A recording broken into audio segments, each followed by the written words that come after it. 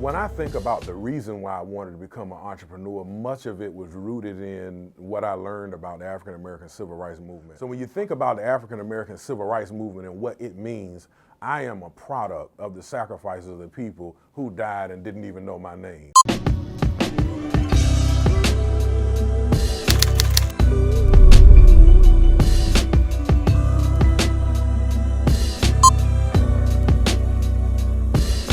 I have always had an affinity for HBCUs since the different world days. I think that's when many of us were introduced to historically black colleges and universities. And I've always loved the history and heritage that is of African American people. And I think from an education perspective, historically black colleges, is at the precipice of some of the most dynamic African American people who have impacted, our nation and our world come from historically black colleges and universities. And I wanted to be a part of that, even as an entrepreneur. That's what I wanted to do. My first client was Morris College in Sumter, South Carolina. Dr. Lund C. Richardson gave me my first opportunity in higher education in 2009. Dr. Richardson was a dynamic president, one of the longest tenured HBCU presidents ever. We just lost him a year or two ago. And I mean, he was just such a dynamic leader, transformational leader, and he really gave birth to Perkins Management Services in higher education. HBCU market is my passion. It's my heart. It's where my heart rests right now. I discovered, very early on that I felt like there was an opportunity gap to provide a very high quality food service management to what I consider to be an underserved population. And I noticed that food services at majority institutions were being handled much differently than what was happening at HBCUs. And I wanted to enter the marketplace and provide a very high quality, sustainable solution for historically black institutions from a 100% minority owned company. Our most recent client acquisition is Harris-Stowe State University in St. Louis, Missouri. We just completed our first academic year there as a partner, dynamic partner. We're very excited about our relationship with Harris-Stowe State University. Look forward to continued growth in that partnership, to turn into a long-term, mutually beneficial relationship, which is what we seek with all of our clients, but especially excited about them affording us the opportunity to be able to partner with them. Oh my gosh, I mean, there's so much that you learn along the way of being an entrepreneur. Bootstrapping a business, there's no instruction manual to being an entrepreneur, right? So you learn a lot along the way, right? It is a cutthroat competitive business. Students, the taste of today's college students evolves so quickly. It's almost like the technology industry. I mean, it's almost like, there's new technology being developed every day. So the palates and tastes of today's college students evolve just as quickly, right? And it's a very cutthroat and competitive business. I think the most competitive business in the country. I mean, probably next to construction, right? It is a business that is dominated by large majority companies. African-American, 100% African-American owned companies are few and far between. But it's a very, very interesting business. It's a great, segmentation, right? I think it's a dynamic niche market. However, higher education, food service is highly competitive and not a very easy space, to operate in. But we've been able to establish ourselves in the market and develop a competency to be able to do so. I think when you think about what minority business ownership means, especially in today's society, the African American community holistically is at a crisis. When you think about the racial wealth gap and the way that it's continuing to grow, I think when you think about wealth inequality, when you think about access to capital and things that are continuing to adversely impact our people, the need for African American business ownership is more vital, I think, than ever before.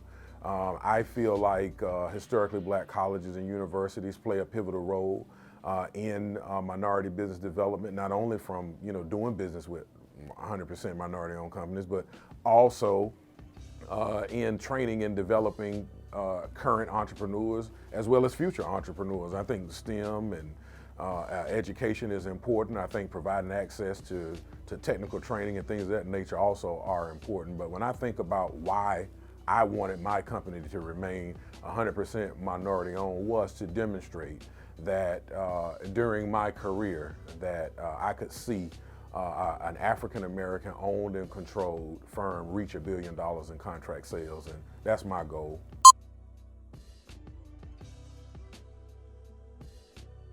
Perkins Management Services Company is a brand. Nicholas Perkins is also a brand. I'm the founder of a company. But what's most important is that Perkins Management Services is a brand itself. Our company has established itself as a solution in the marketplace. When you think about contract food service management and a minority player in this space, we've been able to carve out a niche market and have been the customer of choice for almost 20 historically black institutions in a 10-year period, right? It's almost, an anomaly. And so when you think about Nicholas Perkins as the founder, coming from where I came from to what I have been able to accomplish as an entrepreneur, that can be translated, right, and quantified in what Perkins Management Services Company is today as a company that can stand on its own almost as if a parent that raised a child. Now that they are mature enough to be able to go out on their own, there has to be a separation. And I think that I want people not only to recognize me, but to recognize my company as a brand independently, although it carries my name, right? It has a brand culture. It has a defined position in the marketplace, right? And we have a reputation around service and quality, right? That will continue in perpetuity, even if I wasn't here. When I think about the reason why I wanted to become an entrepreneur, much of it was rooted in what I learned about the African American Civil Rights Movement. Entrepreneurship to me is a sense of freedom. When I studied Martin Luther King Jr. and I recognized that his work, and when you think about who I am as a person, I think about creative altruism and what that really means, about unselfish living, what it means to be unselfish, what it means to be able to sacrifice and benefit other people. I wanted to be able to do that, but I recognized that if I was of any material means, I would be able to do that for more people. And we wanted to be able to create a vehicle, not only that it was a bridge to be able to lead me to a better life, but also I'll be able to measure that in helping other people. So when you think about the African American Civil Rights Movement and what it means, I am a product of the sacrifices of the people who died and didn't even know my name. So it's important for me to go out and be successful. I'm obligated to do so, right? Leah Chase, to define Leah Chase in one word, in my opinion, is stewardship. Anything that I learned from and about Leah Chase, it was her commitment and dedication to seeing her business succeed. For over 70 years, Leah Chase could be found in her kitchen. A very humble, unassuming woman who had a vision to go out and establish a restaurant and serve so many people, from presidents down to civil rights leaders, and as she put it, change the course of America over a bowl of gumbo. And it's the truth, right?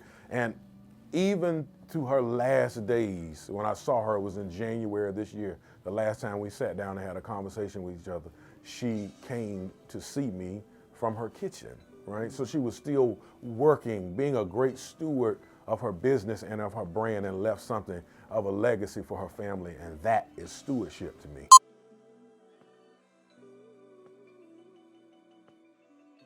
What's next for Nicholas Perkins is the continued commitment to climb higher mountains. And in climbing higher mountains, I'm going to be able to lift others as I climb. And I think it's vitally important to recognize that for each of us, our lives are ultimately going to be measured by not only the impact that we have on all of those that we touch, right, but actually accomplishing our life's work, what we were placed on this earth to do. And I think every day I try to maximize every moment that I'm given to walk in my purpose, and also to be able to impact all of those that I maybe encounter. So I want to be able to continue to do that. So when I think about what's next for me, it's almost like the next page of a book, right? You have to read it in order to be able to determine what's next. my life is unfolding even before me because I feel like I'm walking in the purpose that I'm supposed to have. But life is not like a crystal ball that you can look into and, you can figure out, what's next, right? I mean, you can't see around every corner. So if life was like that, in the words of LaShawn Pace, there would be no pain, right? There would never be any trouble. There would never be, but we all recognize that our life is in God's hands, right? So every day that we live and we continue to progress and we operate and walk in a sense of faith that our lives will begin to matter and our lives will begin to unfold before us in purpose, and that's what's next for me. Perkins Management Services Company will become the first 100% minority-owned billion-dollar contract food management services company.